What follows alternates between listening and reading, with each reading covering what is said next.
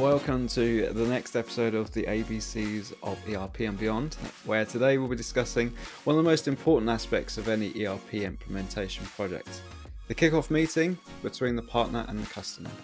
This meeting sets the tone for the entire project, and a successful kickoff meeting can ensure a smooth and productive implementation. So in this episode, we'll discuss some of the things to do, some of the things to watch out for, really just to help try and make sure that kickoff meeting sets the tone for a productive ERP implementation. So without any further ado, Nirav Shah, welcome back. Thank you very much, Peter. Excited to be here.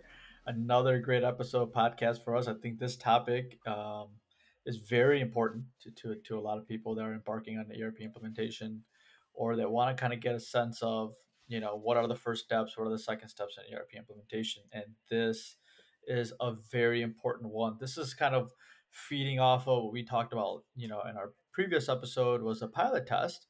Well, this is like another major event, right? Probably the first major event that happens in the ERP implementation, which is a kickoff. So, super pumped to do this podcast with you today. And fun fact, I'm traveling today, going to a customer. So, taking a customer live on Acumatica, actually.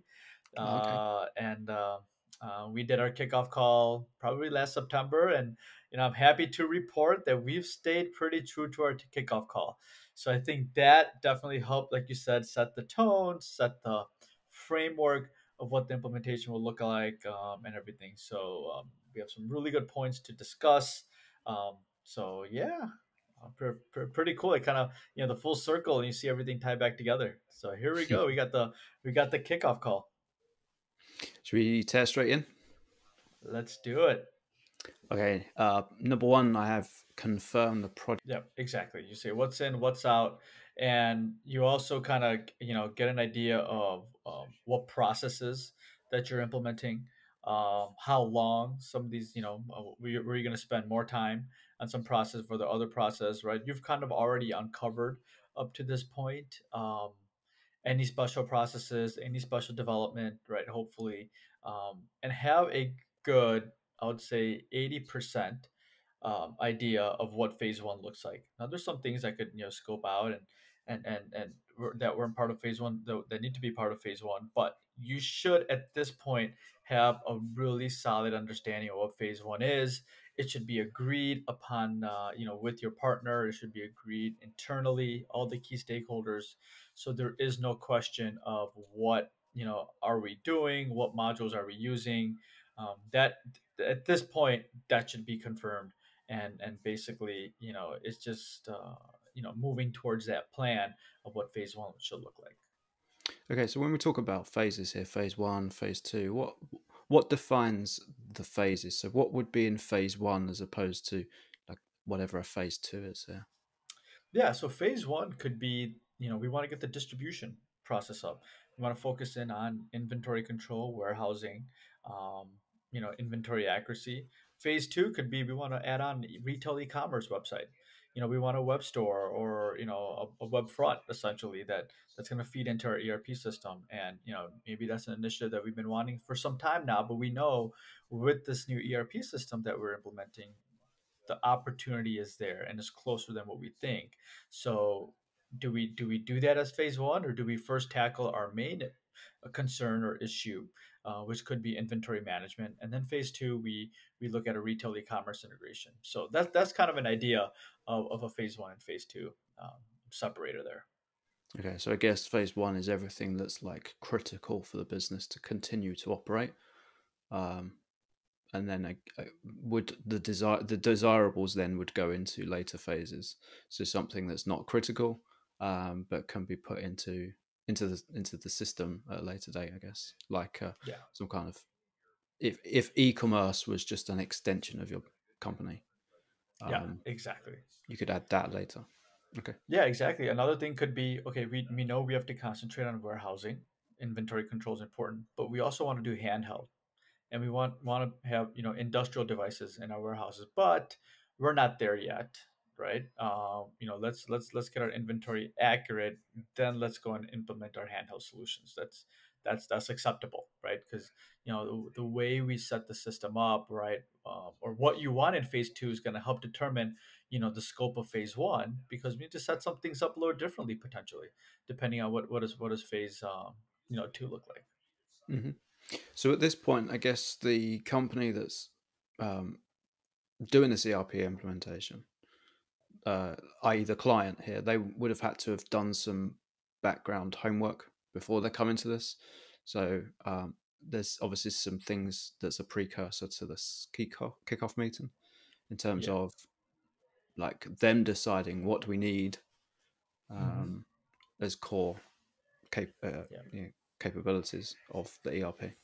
So I guess Yeah. there's some background homework to do first. Yeah, and I think a lot of that comes out during the sales cycle.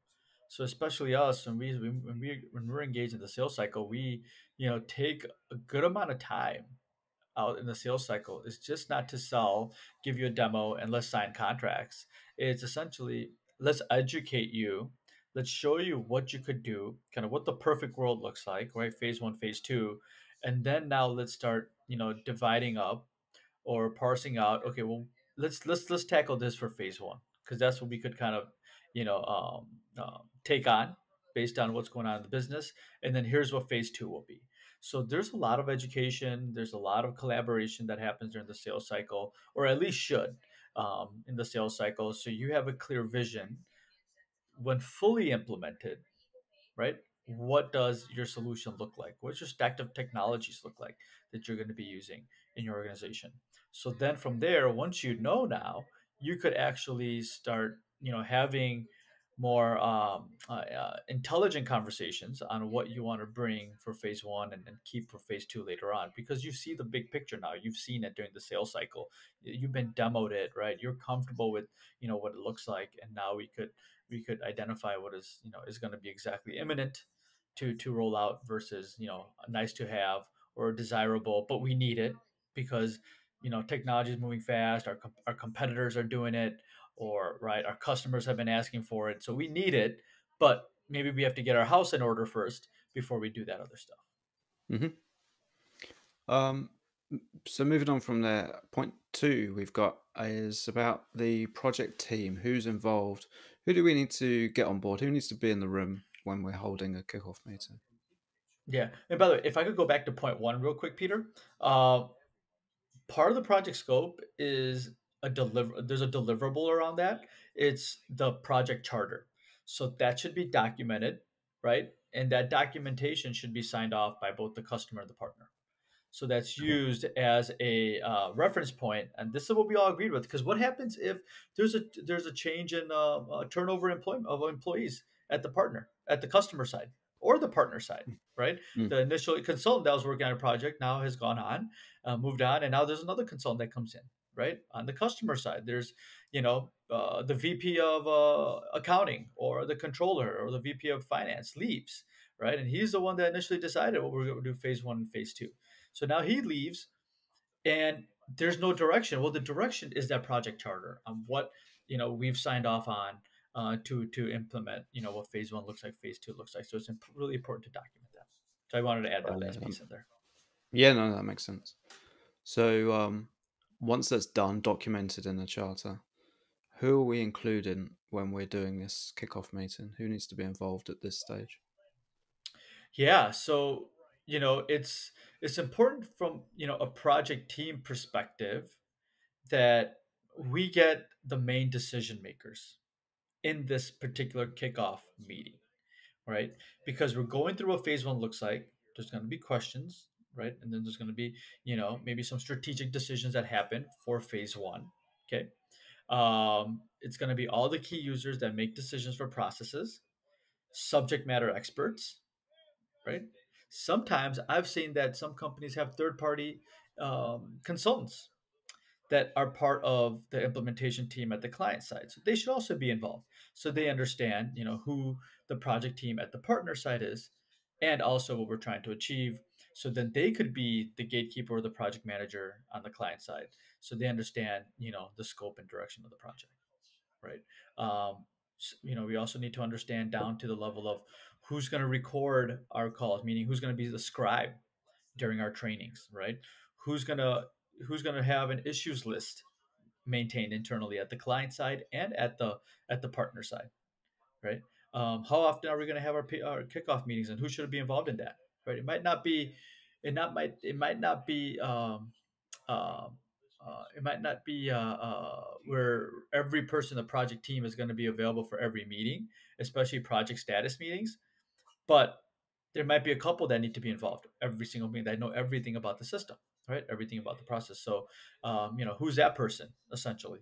So, there's a lot of different type of roles that have to be mentioned and identified both in the client and at the partner level. So moving forward, once we kick off training, or we kick off data migration or pilot testing, we know who's doing what and who's our day-to-day contact essentially.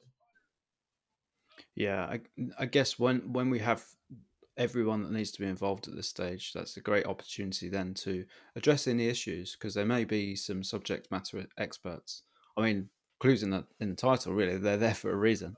They're Yeah. the ones that are probably closest to the work in their particular area of expertise, and they may also want to bring to the table at this early stage any. I guess, would you say it's important to have one from every department, or would it just need to be someone that could clearly explain the company's side of how a particular department runs, to give some more insight to the the ERP implementer?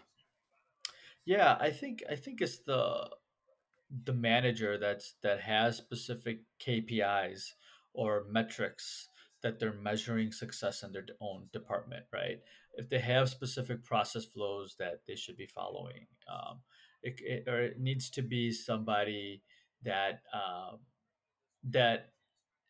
has a deep understanding of all the challenges that department faces, right? So that's kind of the type of person that we would want involved in the kickoff meeting, so they could start steering their team to be more committed, their department to be more on top of things, during the ERP implementations, get those issues addressed, get those process improvements documented with the new ERP system, and so then moving forward with that team in place, right, for a specific department, right, they could start achieving the goals that they set out to do with the ERP implementation essentially. So it's going to be ideally a manager that isn't that has responsibility to ensure the processes meet the business objectives,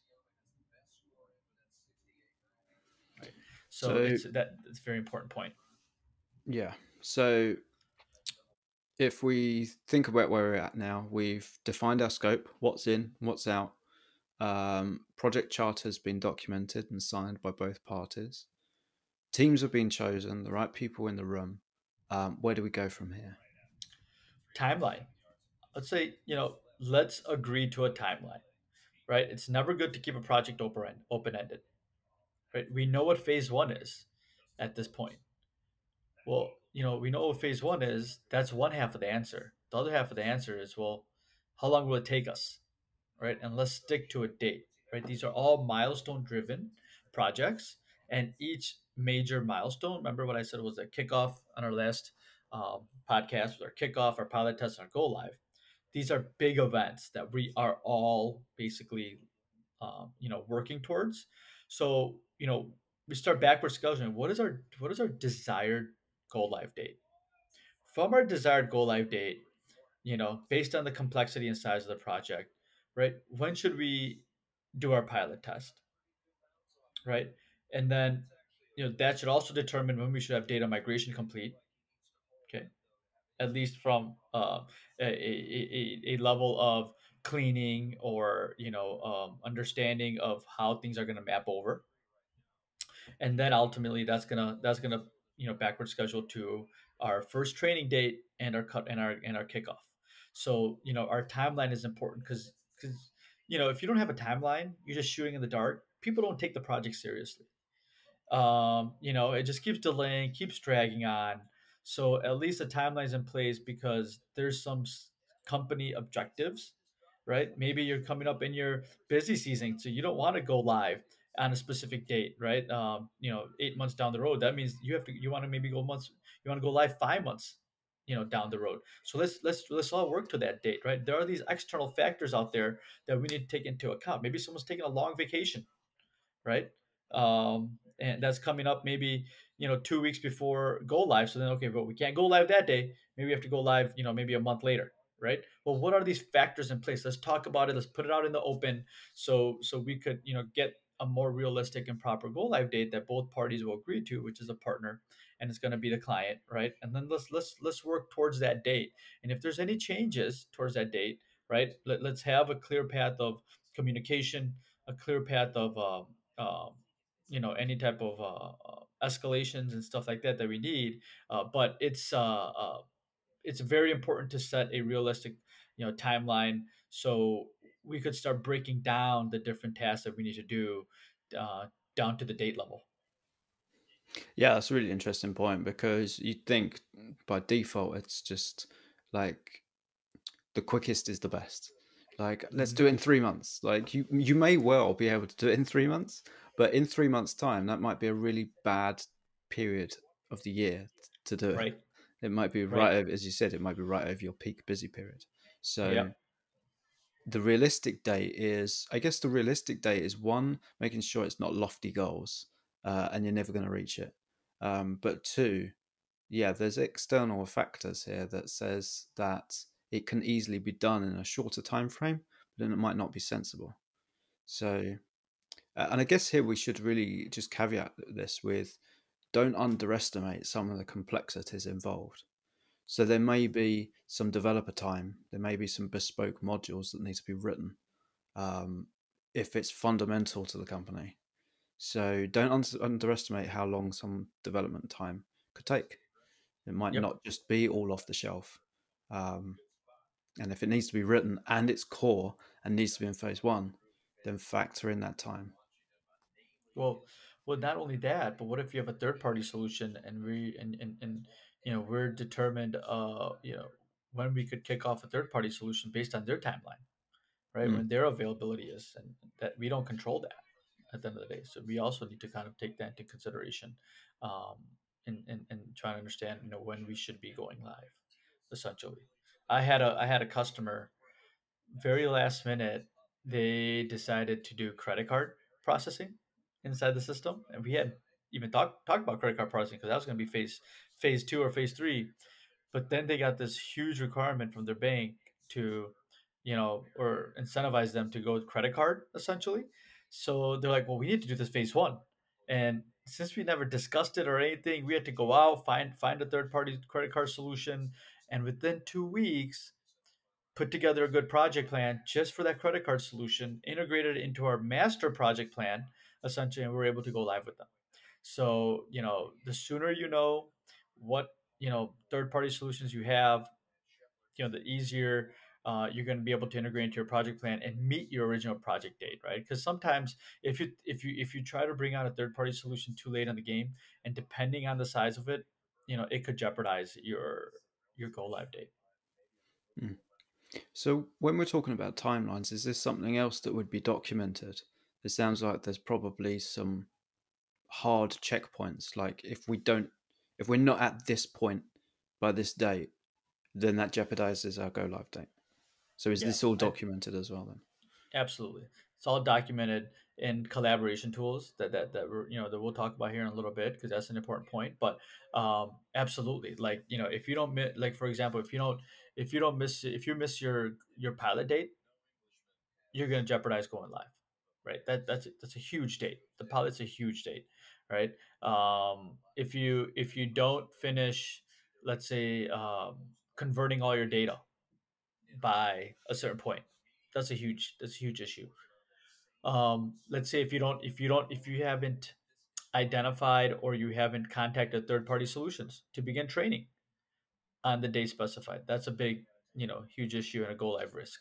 So yeah, there's these important points where we want to ensure are started before other tasks, because some of those factors exist outside of the partner being able to essentially try to manage, right? The partner is going to be able to manage the internal resources that the partner has, which are the consultants and developers, right? Scheduling training dates, trying to keep the client on task and on time.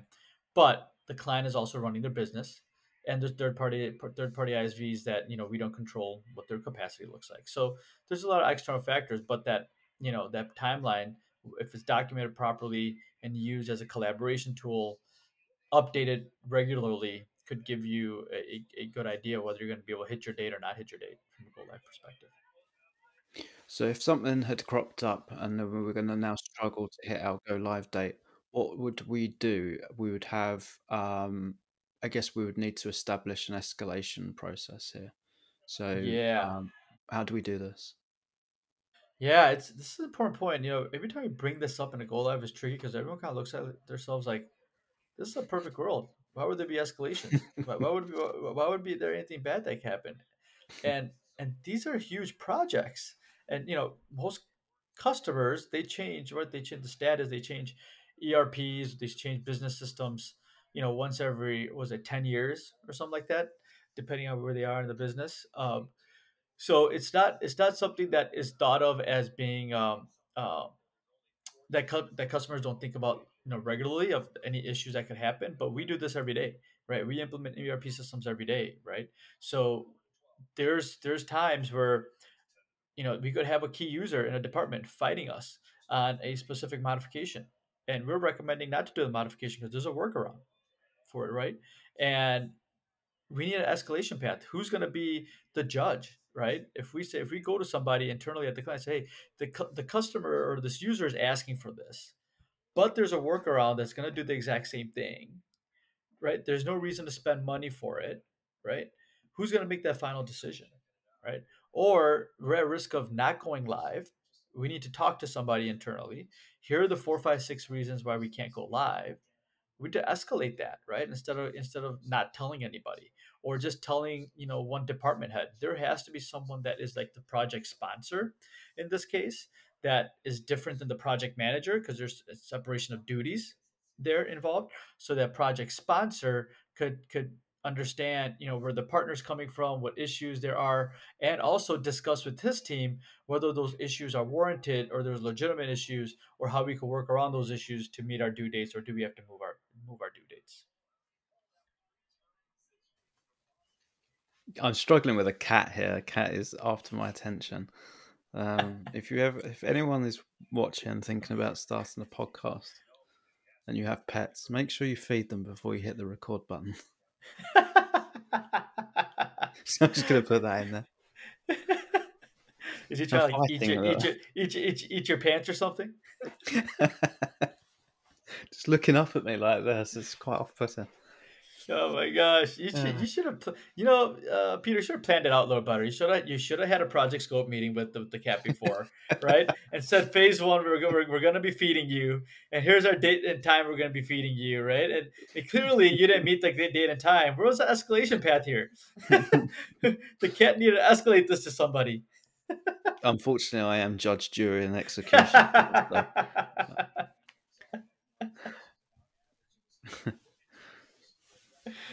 You have a real life example here, folks. we do. We do. So we talked about a few of these things now. We've got documentation of timelines. We've got lots of people involved. We've got a good representation of the business. We've got some dates that we want to hit, etc., etc. So what can aid this, putting us all together? So what kind of collaboration tools and processes should we think about putting in place? Yeah, I think this is one of the keys to success for any implementation. And these tools should be very robust and easily accessible.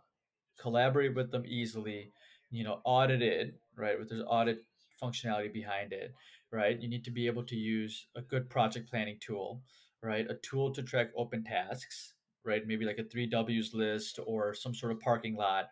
Um, and a strong project manager on each side to manage these, right? Update them frequently so everybody knows where they are.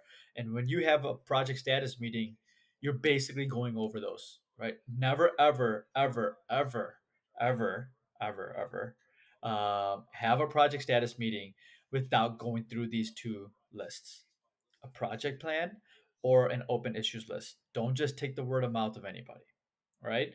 Go through this, see the documentation, see what's, see what the next steps were, see what was discussed last time, what notes are out there, whether those notes are followed up on, are there new questions, are there new issues. I can't tell you how successful, how much more success your implementation will have if you're very thorough in your open task list and really diligent in updating your project plan. And everybody knows where we are at all times. Okay, some really nice tools to use are like smart sheets. I've used that. That's a really nice tool. Obviously, you have DevOps. More on the development side. You have Altus. There's another really good project management tool. But there's a bunch of tools out there. Some free tools, some paid tools out there. I would recommend for sure. Try to invest in one of these. Your partner should have one of these. So if you're a customer that's looking to implement, you don't have to purchase it, right? You could access it from a free license perspective. But you know, those are unbelievable tools to keep you productive and on task and on time. Okay, so what would be a typical regular meetup? Are we once a week? Are we once a fortnight? Yeah, it would be once a week. It'd be a stand up once a week, Okay. and it's really, going through that open task list, one row at a time. And if it's complete, you don't even talk about it. You move on to the next one, right? Mhm. And it's very, very, very specific, very structured. You go task by task by task. It's not a time when you dive into solutioning, or you're diving into, right, finger pointing or anything like that. It's strictly, where are we with this task? Why hasn't it been completed? What's your roadblock? When is it going to be completed? What comments do we have to add so somebody that picks this task up next time knows what to do? Mhm. That's it.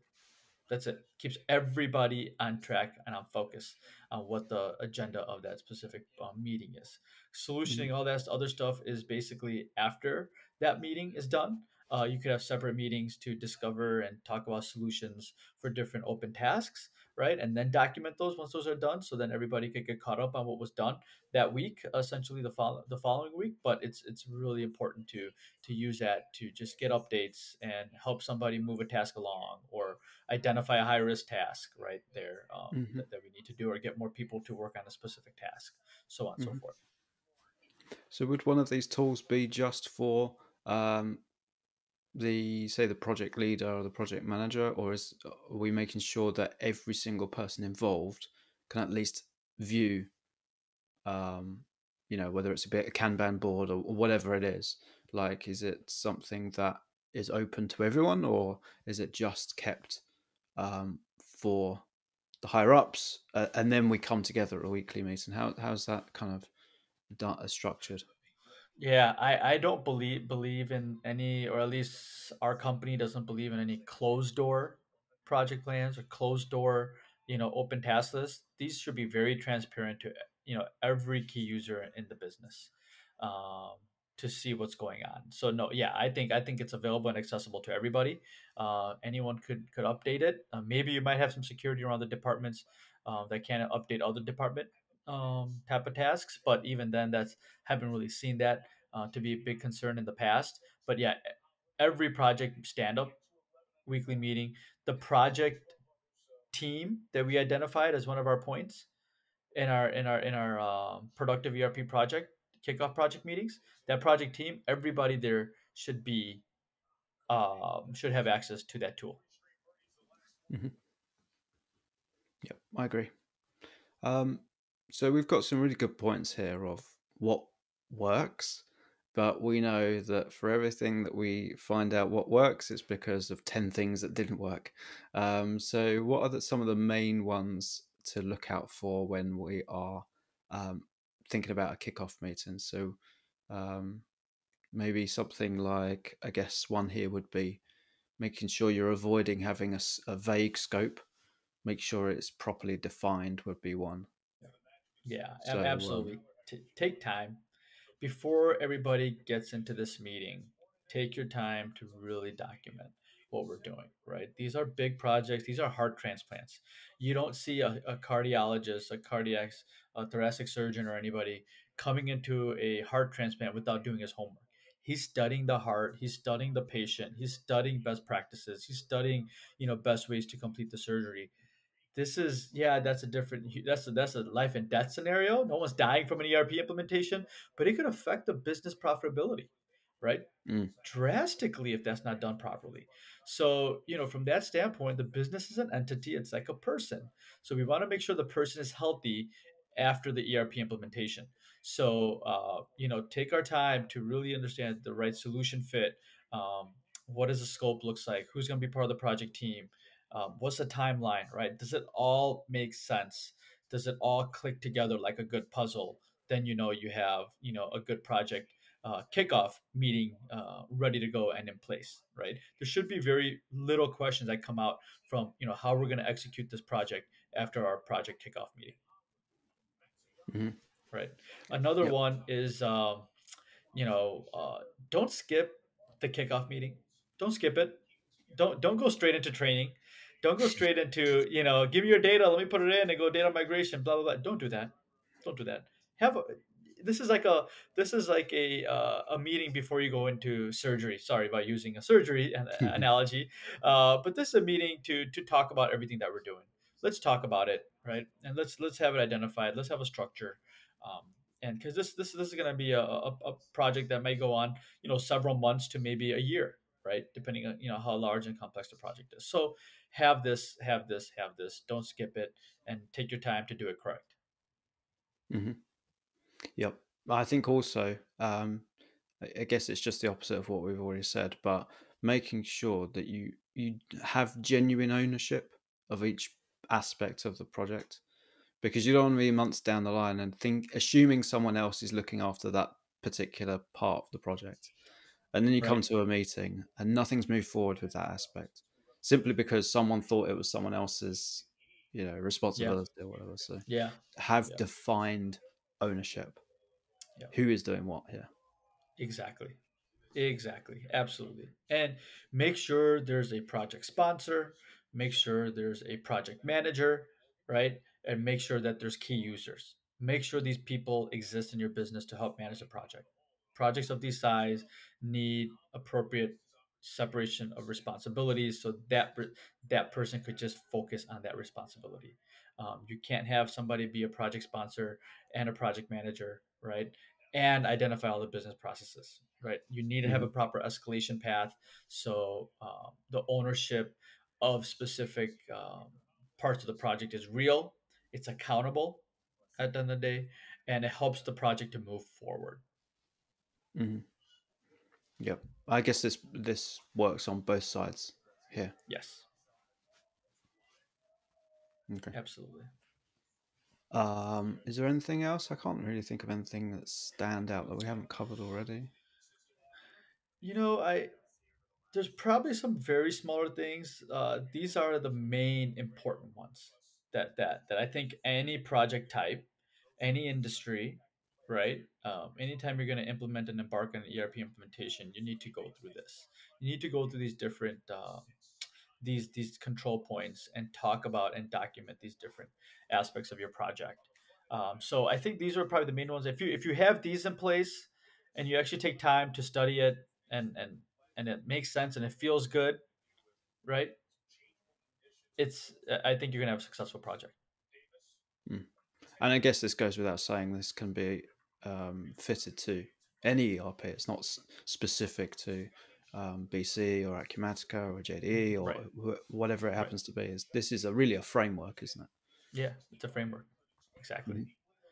Exactly. It is. So yeah, I think if we get our listeners out there and they follow this, step by step, right? And they I'm very confident that they're going to be able to have a enjoyable ERP implementation experience without the stress of who's doing what, when they're doing it, what's next, all that type of stuff. That could you could easily This projects could easily kind of become hurricanes, and people forget what's going on. This is going to help you stay organized. Mm. Well, I certainly feel better about going into a kickoff meeting. Just make sure you There don't you have go. a hungry cat by your feet trying to Yeah, get your yeah. That food true. right That is in. true. That is true. I like this topic. This is a fun topic. Um, so I'm sure there we'll find ways to even probably expand on some of these points. But I think this was fun for me.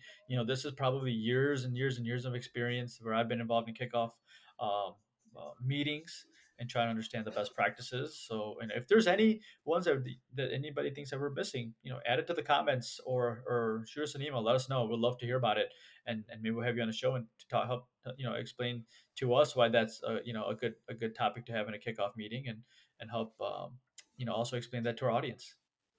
Yeah, I think absolutely, because a lot of these we know that they come from learning from mistakes of previous you Yeah, know meetings and things. Like, this is how you distill what works from all the times it didn't work, and yeah, mistakes exactly. learned along the way. It always comes Yeah, back to um, all these things are the culmination of seeing what happens when you don't do these things. that's exactly right. Again, brilliant topic. Yep. Thank you for your insight into this. And yeah, if anyone has anything else to add, fling it our way, put it in the comments. Let us know if there's anything you want us to cover. Just drop a comment, and we'll see what we can come up with for another episode. Awesome. Thank you, Peter. Appreciate this. Cool. Well, have fun. I hope your go live later on goes well. Um, if you have anything you might want to share some stories for next time, For um, sure. let us know. Absolutely. Cool. Have a good one. All right. Take care.